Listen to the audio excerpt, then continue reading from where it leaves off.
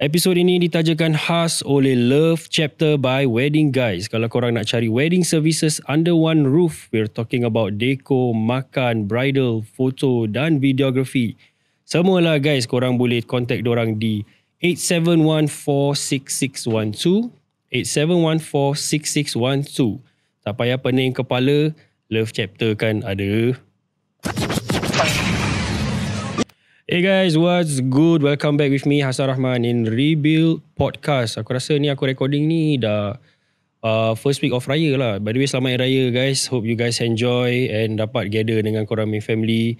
And also hari ni macam biasa guys, kita ada another special guest. And aku rasa hari punya topik would be something unique yet interesting, because what we are going to cover today with our guest is also about drugs, how he get caught. Tapi apa sentence yang dia dapat tu is something unique, which me myself rasa macam aku jarang dengar the sentence that he got for the cases that he did.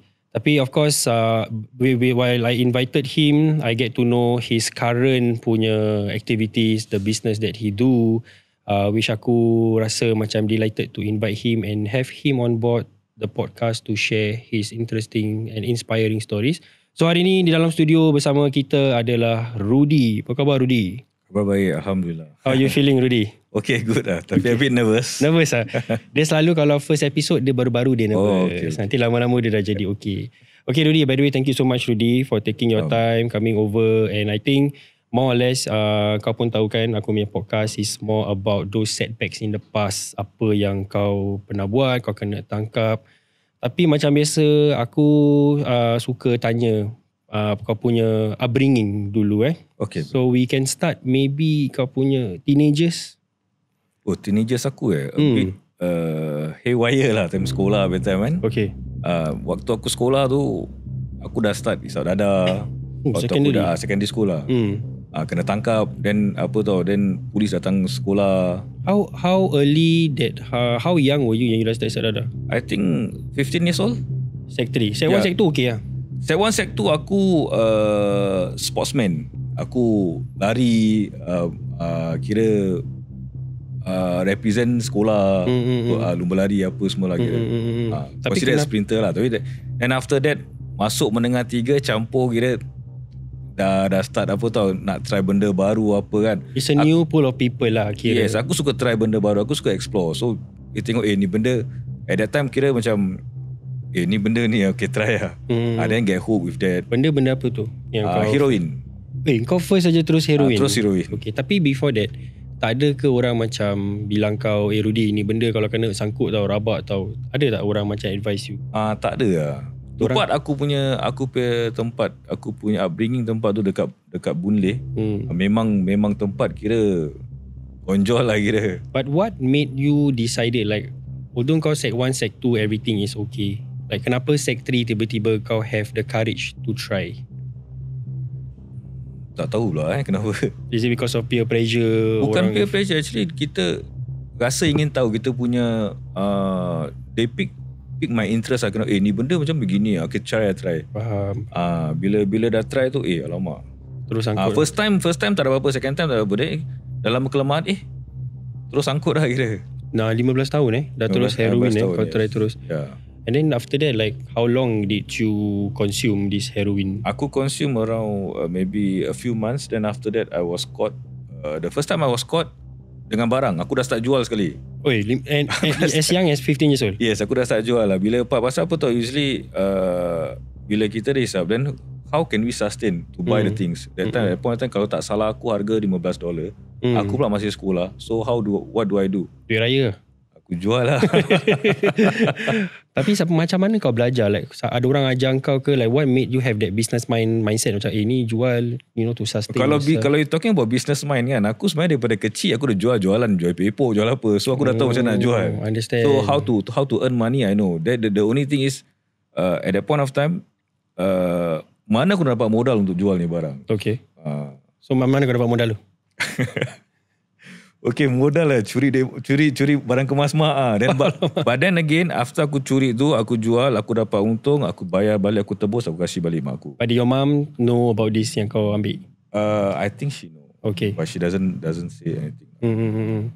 And then like kau tu modal kau. Tu modal aku. Tapi aku bayar balik bukan tak bayar, aku bayar balik. Okay. Habis bila kau bayar balik in cash? Aku tebus, itu aku pajak barang kemas tu, aku pajak. Then after that, aku dah jual, aku dah untung gini, aku tebus balik dan aku taruh balik. Something like that. Tapi kau tebus balik kau ambil balik emas tu lah. Yes, it's not in cash lah. Ya, pasal kat pajak then we can ambil balik kan. Faham. So, itu aku punya first maniac, dan berniaga all the way berniaga sampai aku kena tangkap. Kena tangkap pun kau tak ni memang ada barang kat tangan aku. Okay. So at what age tu yang kau kena tangkap? 15 years old juga. 15 tahun tu? 15 tahun juga. Okay, macam mana kau kena tangkap? But at that point of time, kita kat Singapore ni, kalau kau bawah 16 tahun, dia tak akan masukkan kau dalam DRC, tak akan masukkan pending pun. Okay. Dia akan on bail kan kau. On bail. At that point of time, aku tengah sekolah, Sec 4. So dia akan on bail kau 2 minggu. Then after that, dia masuk hantar dia kasih kau urine lah. Okay. But that case, they put under KIV lah. So kau kena tangkap di age of 15 years old. Yes, 15. How did you get caught actually? Aku tengah naik basikal kat Boon Lay tu, aku jalan. Sekali tiba-tiba petrol car. Okay. Petrol car datang. Sekali dia nampak aku macam, maybe aku dah kancong lah kelang kabut kan. Dan after that, sekali dia tahan aku. Bila dia tahan aku tu, aku punya small pouch tu dalam ada barang. Okay. Aku campak bawa kereta, tapi dia nampak. Okay. Dia kena lah. Tapi dia bukan nak screen kau lah actually. I think dia nak screen. Kau dah nampak. Memang dia tahan aku. Bila dia bangun dia nak check tu, aku barang kat tangan aku tu. Bila dia tengah check belakang tu, check poket ni kat belakang aku tu, aku campak tapi dia nampak. Okay. So kena lah tu lah. Itu yang kau kena tangkap. Yes. Tapi at 15 years old, macam mana tu kau juggle studies, school, and then you yourself in having this substance in your body? Sekolah. And jual sekali. Sekolah dah tak inilah aku dah kat sekolah, aku dah tidur all the way. Kira aku masuk sekolah setakat nak tidur. Teacher pun tak kacau aku sampai aku kena tangkap. Bila aku dah kena tangkap tu, polis datang sekolah tu, baru bila aku dah tak kasi aku tidur. Nanti bila aku tidur kat belakang kelas tu, nanti dia kejut aku. Are you okay? Aku pun kira okay. Tapi this is interesting. At 15 years old, like how, macam of course aku biasa nampak orang yang addicted tu, orang cakap sakit. 15 years old, you were feeling this kind of things lah. Macam, kau rely on this benda, habis kau macam selalu nak mencari benda ni. Is it the same as those yang macam yang dah tua ke, atau like is there a difference tak? Yeah, it is the same. Tapi kita at that point of time, kita tak tahu apa itu sakit. Apa itu gang, kita tak tahu. You don't have that feeling kira. But we know this, macam kita dah selembir apa gini, bersin-bersin, macam badan panas, tapi kita doesn't think that is sakit. Okay. But then after that, after a period of time dah gini kan, baru kita tahu apa itu sakit lah. Faham. Memang sakit, semua sama. So I think that is where you get caught, and then kau kena urine for how long tu? No, after that aku kena tangkap tu on bail 2 minggu. Aku lepas tu dia panggil aku urine. Sekali dah habis, dia cakap okay, warning kan, dia kasi aku warning. Tak sampai lagi 2-3 minggu aku dah lari. Abscond lagi? Aku dah abscond. Kenapa abscond? Langgar lagi, hisap lagi. Aku dah start hisap lah. Kira rely heavily on drugs lah. Bila kau kena tangkap at that point of time, what was your parents punya reaction? Mengamuk. Diorang tak tahulah selama ni? Diorang suspect, tapi aku masing-masing tak mengaku. Sampai dah kena tangkap tu kan, baru diorang mengamuk kira. Habis lagi berapa minggu tu kau ambil balik? Tengah urine tu aku 2-3 minggu je aku tak ambil. Lepas tu aku dah ambil balik, aku dah tak datang urine lagi lah. Okay, tu abscond. Aku terus lari. So how's life after that? Bila kau dah lari tu, what happened to you? Sama juga, I still sell drugs. Okay. Sampai aku kena tangkap. Lagi kena tangkap. At the age of? Ada betul-betul 16 tahun. So dah boleh masuk DRC lah. Tu aku masuk DRC. Okay, yang second time kena tangkap macam mana pula? Macam mana boleh kena tangkap? Second time aku dah lupa macam mana kena tangkap lah. Tapi sebab the same lah. Ada barang juga tangan aku. Okay. Sama juga. So kena DRC? Kena DRC. So 16 tahun masuk DRC. Boleh tak share kau experience? Masuk 16 tahun kan? Okay lah, that time pasal diorang semua masuk, kita masuk dalam bilik YP. Semua macam monyet lah kira. Okay. Semua dah macam monyet lah kira. Tapi semua kira first timer apa. Masuk, tapi yang kita masuk Sembawang tu, first tengah the transition tu nak masuk kita tempat temporary tu Sembawang, tu dah nampak abang-abang. Tu kira ni apa ni kan. Tapi after that kita pun buat bodoh lah. Pasal sana about 2 weeks. About 2 weeks, dan kita terus pergi ke Kaki Bukit Prison. Kaki Bukit Center lah that time. KBC? KBC. Pasal sekolah? Bukan, that time itu memang dah jadi DRC 93 betul. Orang buka for DRC first timer lah. Okay, this is in tahun berapa ni? 1993. Lama 1993. Aku tak main basikal Sarudi.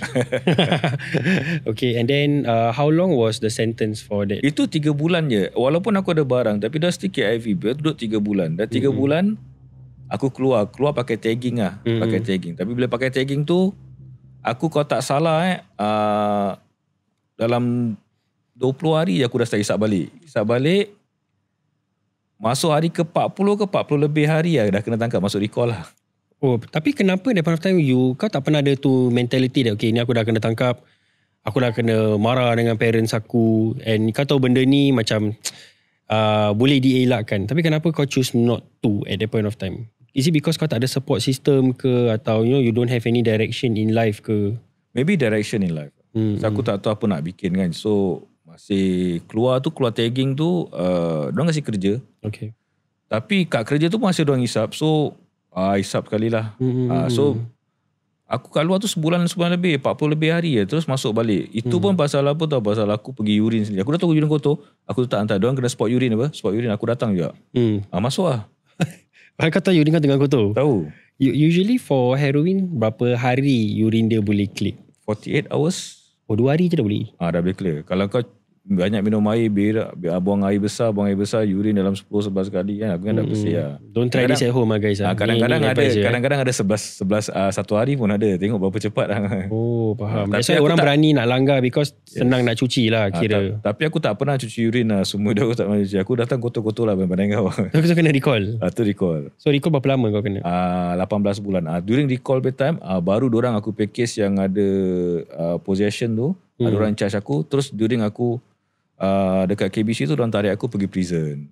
Okay, kena pergi prison. Pergi prison, lepas tu patah balik DRC balik. So prison sentence is because of the possession? Yes. And then patah balik to DRC for to serve my remaining DRC lah, rehab. Faham. Bila kau kena pergi to prison kan, did you do a lot of networking kat dalam? Not really. Kira macam biasa duduk, pasal diorang datang prison tak kerja tak apa. Duduk dalam lock up je 23 jam, 1 jam je pergi yard. Tangan pun tak sampai 1 jam, maybe 45 minutes. Then all the way kat dalam ini je lah. Tapi tak ada plan macam keluar, aku nak stop ambil dada, aku nak set goals in life. Tak ada. Pasal itu benda pun dah terlalu lama lah. Ingat kan duduk baca buku dah gitu, lebih kurang macam gitu je lah. Kau just nak serve your time keluar. Serve aku pay time. Then after that go back to DRC. Then after that baru keluar. Faham. And then also during that sentence, I think everything went smoothly. And then you eventually got released, right? Right. So that one is at the age of? 1995.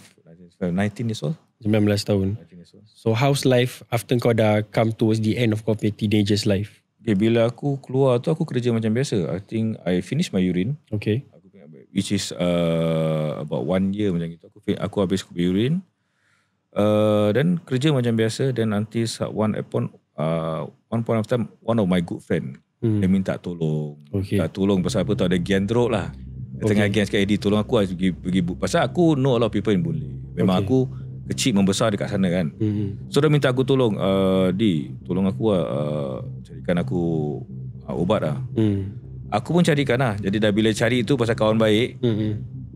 Then aku pun kira apa tau, okay jalan lah. Sambil-sambil lah kira. Sambil-sambil lah. Okay. Bila aku plus satu, aku punya weakness, bila aku dah start, aku cannot stop. Ya, of course. Lagi-lagi heroin kan. Heroin. Aku dah start, once aku start je kan, aku tak stop. So aku continue lah, hisap lagi. Hisap, dah hisap, jual lagi. And there was, how long was it? From 1996 tu, aku tak lama, aku maybe 4-5 months, aku dah kena tangkap lagi. Oh, actually 4-5 months kau dah quite okay kerja. No, I mean, aku kerja dah quite okay sampai urine habis tu, about 1 year plus. Oh, 1 year plus lah. So after 1 year plus tu, members datang. Kira tengah sakit lah, cakap aku tengah sakit robot, cuci tak. Tolong aku carikan lah. Tu aku carikan lah, tu dapat. Okay, jangan risau. Pantat gatal. Tu yang kena. Habis tu berapa lama kau was outside dan kena tangkap? 4 bulan lebih. Aku dah start hisap tu dah 4 bulan lebih ke 5 bulan lebih. Dengan jual sekali. Bila aku dah hisap tu, aku pantat gatal. Aku dengan jual sekali. Jual, bila jual tu 4 bulan lebih 5 bulan aku tangkap. Dan ni kena consumption lagi lah? consumption lagi. Masuk DRC lagi. Masuk DRC lagi. And this time around berapa lama 18 sentence? bulan second time. Second time 18 That's bulan. second time. At that point of time dah ada program semua ada tak? Ada lah, tapi aku tak dapat. Kenapa? Pasal aku wanted ada aku kena pun ada barang lagi. Oh, okay. Cuma yang ini barang dia orang tak charge aku. Faham. Satu mungkin tak banyak tapi dia orang tak charge. So 18 bulan dekat dalam this time round umur kau dah 20 lebih lah. Dah 20 lah kan? Dah 22. Dah 20. Masuk keluar 98, 22 lah. 20 sampai 22 lah. Okay, before kita touch on about this drugs juga can we also cover on gangsterism? For the gangsterism punya part, were you involved in gangs atau kau join gang dekat dalam ke atau memang daripada dulu kau dah involved in gang? Because usually gangs and drugs it correlates. Okay, so how was like your gangsterism punya time lah, punya story? Gang time budak-budak tu memang dah ada lah. Tapi tak terlalu aktif. Jadi bila aku masuk dalam, baru aktif lain gang pula. Faham. So aku all the way lah macam gitu lah. Because at the end of the day, this like what I mentioned, kenapa the correlates is because untuk engkau dapat customer pun daripada budak-budak baju juga, daripada budak-budak geng juga, ataupun ada yang macam pacik-pacik steamer ini semua. So of course you still need to be in a way macam part of the gang juga to get your resources, to get your customers. Yeah. Right, okay. So 18 bulan bila kau dah keluar, how's life after that? Okay, bila aku dah keluar 18 bulan tu aku kerja macam biasa. Okay. For almost 1 year. Okay. Then after that sama juga start balik. Tapi this time round aku tak isap. Aku get involved in trafficking lah. Okay, so kau tak isap, kau jual aja. Okay, why you decided to not consume but do the trafficking? Because of the money lah. Okay. Because of the money, then partly of because of the money. Okay, maybe dia punya pulangan dia tinggi lah, bagus. And so terus aku fikir lah. But since you mentioned that kau tengah kerja at that point of time, kenapa kau decided to? Aku tak kerja, bukan kerja macam what normal people do, kerja kapal. Ada kadang tak ada, kadang 2 minggu tak ada. Oh, kerja kapal. Okay. Yes. Okay. Kadang ada, kadang tak ada. So but when I decide to do, okay lah, 1 kali jalan lah. How did you get the opportunity? Jadi tiba members datang offer ke atau kau macam tergerak hati? Aku tak nak kerja kapal lah, aku nak gerak. Aku tergerak hati. Okay. Member tak ada ajak, aku yang tergerak hati. Boleh bikin lah 1 kali. Sebab aku all this while aku bikin, memang kan kalau kau tengok daripada budak tu aku memang berniaga. Yeah, so I know how dia punya datang balik duit tu macam mana aku tahu. So okay, aku decide jalan lah, bikin lah. And this time kau nak buat on the bigger scale lah. Yes, bigger scale. On a bigger scale kan. And then bila kau dah start buat tu, ever cross your mind that the consequences can be very severe? Because kau dah duduk DRC almost 2 kali kan, 2 time kan? Dah 2 kali. 2 kali kan. But this around trafficking, and you mentioned that it's a bigger scale. I think you also would have already be prepared for the consequences. At that point of time, were you thinking about consequences tak? Yeah, I did think, but really not that much. Pasal apa? Pasal okay, nanti belakang bercerita lah. Pasal tak ada tanggungan. Bila kita tak ada tanggungan tu, kita fikir singkat. Faham, betul. Kita tak, macam okay, tak ada responsibility sendiri apa. Apa hidup mati sendiri. Okay, go lah. Faham.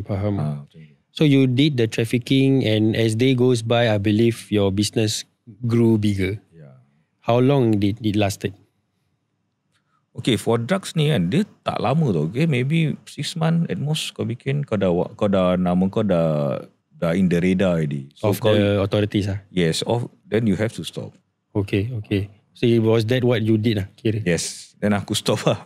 6 bulan tu kau stop? Around there lah aku stop lah. Okay. Tak bikin lagi. Okay, don't mind me asking ni, kalau kau nak jawab boleh, tak nak jawab boleh. Tapi kalau kau jawab pun lagi biasa. Okay. Berapa kau boleh buat on 1 month? Paling banyak kau buat berapa? Okay, it's safe to say 5 digit at least lah. In the mid of 5 digit, something like that. Okay, above 20, below 20? Above. Okay. This is not a financial advice. Please do not try this at home, guys. Yeah, but of course, as he mentioned that walaupun pulangan dia besar, tapi risiko besar. Risiko you are risking your life tau. Yeah. Although the money is there, but your life is worth much more lah. So 6 bulan kau stop. Kau dah tak gerak. Around there lah. Around there. So that now the 6 months that kau buat, the money that you made, is it enough to sustain you for the upcoming years? Not really lah. Pasal this kind of thing kalau kita fikir, memang orang-orang cakap duit senang masuk senang keluar. Yeah, so it's quite fast lah. Bila aku dah stop tu, belanja apa semua kan, it's quite fast. What's the most expensive thing kau beli time tu? Tak ingat lah. Banyak. Rolex ada beli? Tak, aku tak. Aku don't go for materialistic. Actually, I don't. Okay. Until now, walaupun gini aku tak ada Rolex. Aku tak beli Rolex. Kau mau tu macam memories, activities. Activities. Faham. Aku tak. Benda-benda macam gini tak berapa lah. Tapi mungkin insyaAllah akan datang. Mungkin tak tahulah. Tapi akan datang tu dengan duit yang halal. Lagi senang nak dapat kan. Aku lagi suka bahagikan family aku lah. Macam sekarang anak aku, orang rumah aku. Faham. So all this while yang kau dapat stop, but I think you start back again, right?